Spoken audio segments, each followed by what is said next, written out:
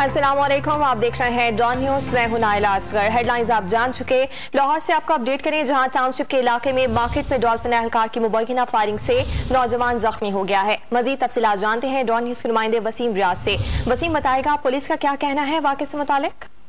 जी देखिए, इसमें पुलिस ने मुकदमा जो है वो डॉल्फिन एहलकार के खिलाफ दर्ज कर लिया है। टाउनशिप का इलाका है जहां लड़ाई झगड़े की काल पर ये डॉल्फिन एहलकार जो है वो मौका पर गए थे और इस दौरान फैसल नामी डॉल्फिन एहलकार ने जो है वो सरकारी पिस्टल से सीधे फायर किए, जो बख्त खान नामी नौजवान को जो है वो गोली जा लगी, जिसको तिब्बी इमदाद के लिए जिला अस्पताल मुंतकिल कर दिया गया है। जबकि डीआईजी ऑपरेशन ने वाक़े का नोटिस लेते हुए डॉल्फिन जो टीम है पूरी उसको मुअत्तल कर दिया और जो फैसल एहलकार है जिससे ये गोली चली उसके खिलाफ 324 और 155C के तहत मुकदमा जो है वो दर्ज करके उसको गिरफ्तार कर लिया गया है। इस हवाले से पुलिस हुकाम का कहना है कि एसएसपी ऑपरेशन मुस्तंसर फिरोज को जो है वो इंक्वायरी का हुक्म दिया गया है। वो इस पर पूरी इंक्वायरी करेंगे और जिम्मेदारों के खिलाफ सख्त कार्रवाई की जाएगी।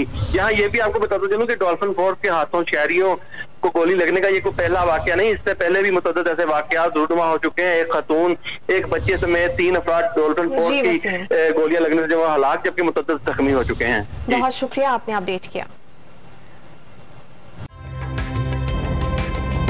ताज़ा तरीन वीडियोस के लिए हमारा YouTube चैनल सब्सक्राइब करके बेल आइकन प्रेस करिए ताकि आपको मिले हर अपडेट सबसे पहले।